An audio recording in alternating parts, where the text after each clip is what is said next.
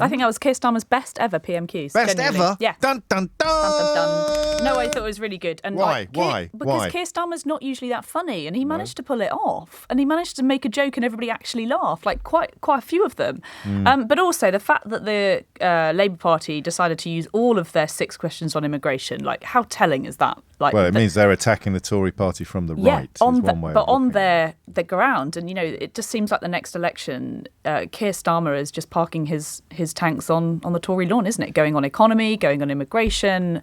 It's pretty good for him, I think, to be able to have such an impact on some ground which I think, is traditionally seen as the Tories' ground. So, yeah, some of those quips I think he made were really good.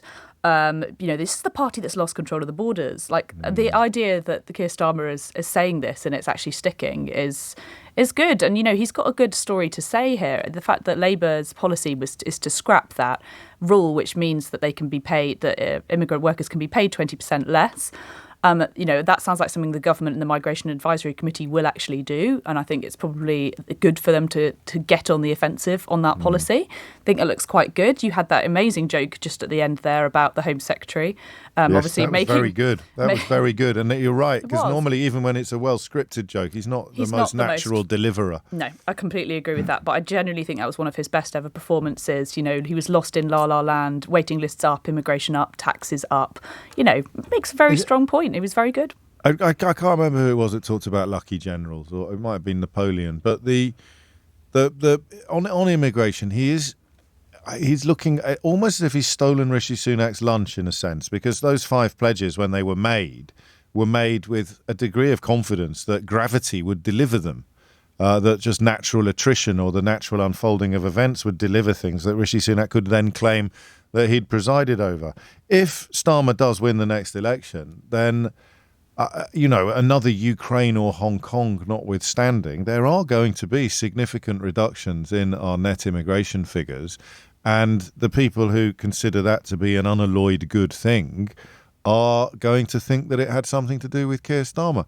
Is there any political risk of alienating the people who don't buy in to the very, very common now narrative, the very prevalent narrative, that immigration is somehow in and of itself a bad thing?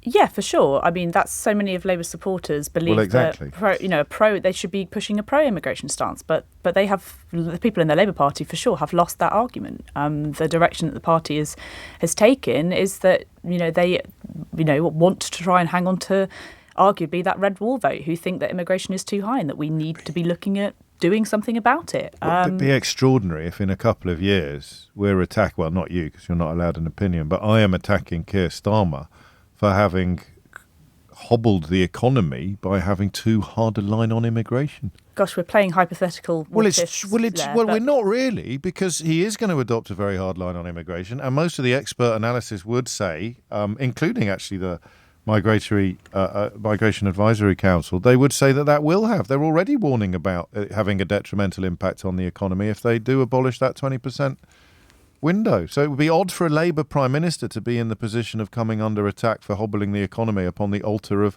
cutting migration. Yeah, which is exactly the dilemma that Rishi Sunak faces at the moment, because all of his MPs are saying, well, actually the numbers are too high, what are we going to do about it? And obviously there's a big row going on in government about how far to go, because, imagine if we had not seen this big immigration number that we saw last year, nearly 750,000. Obviously, we've seen the economy just about scraping on the floor. Imagine if we hadn't had those numbers. Would we be in a recession right now, like everybody predicted that we would be about 6 months ago? No one's making that argument, are they? No, not at all. I presume the Lib Dems are they?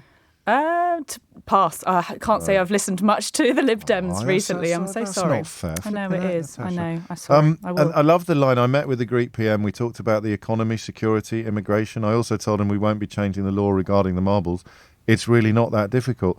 I mean, Sunak has made himself look ridiculous, as we discussed before, PMQs on that. But Starmer just really drove the point home there, didn't he? He did, and he was able to make the point of, well, at least I had the balls to meet with the guy, and you didn't. And, that makes him look like the statesman. And, it really plays into what Labour are trying to do, of just showing the alternative. And here's Keir Starmer, here's this Prime Minister in waiting. I will be prepared to meet with anybody. I'm not going to throw a hissy fit, not going to throw my toys out the pram. We can have difficult discussions.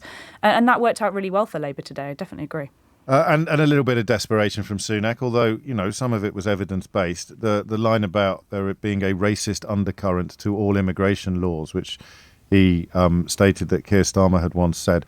Do you know, Natasha Clark, how old Rishi Sunak was when Keir Starmer said that? When did Keir Starmer say that? Was it when he was DPP? I'm not telling you. That would give you away. How old do you think Rishi Sunak was when? No, he wasn't DPP at the time. How old do you think Rishi Sunak was when Keir Starmer said that there was? You're going to say it's like 5 or he was 8. He was 8 years old. The second time lucky. Nearly. Is that absolutely extraordinary? Yeah, that was obviously Rishi Sunak didn't press the emergency Jeremy Corbyn button that we see him. Do you think press that? So many do you times. think that is deliberate? Because quite a few people were predicting that he was about to because it was going so badly. Maybe they've realised it actually now has segued from being effective to being ineffective, or being the opposite of effective, being a net negative. No, because he pressed the EU button instead, didn't he? Yes, He said, did.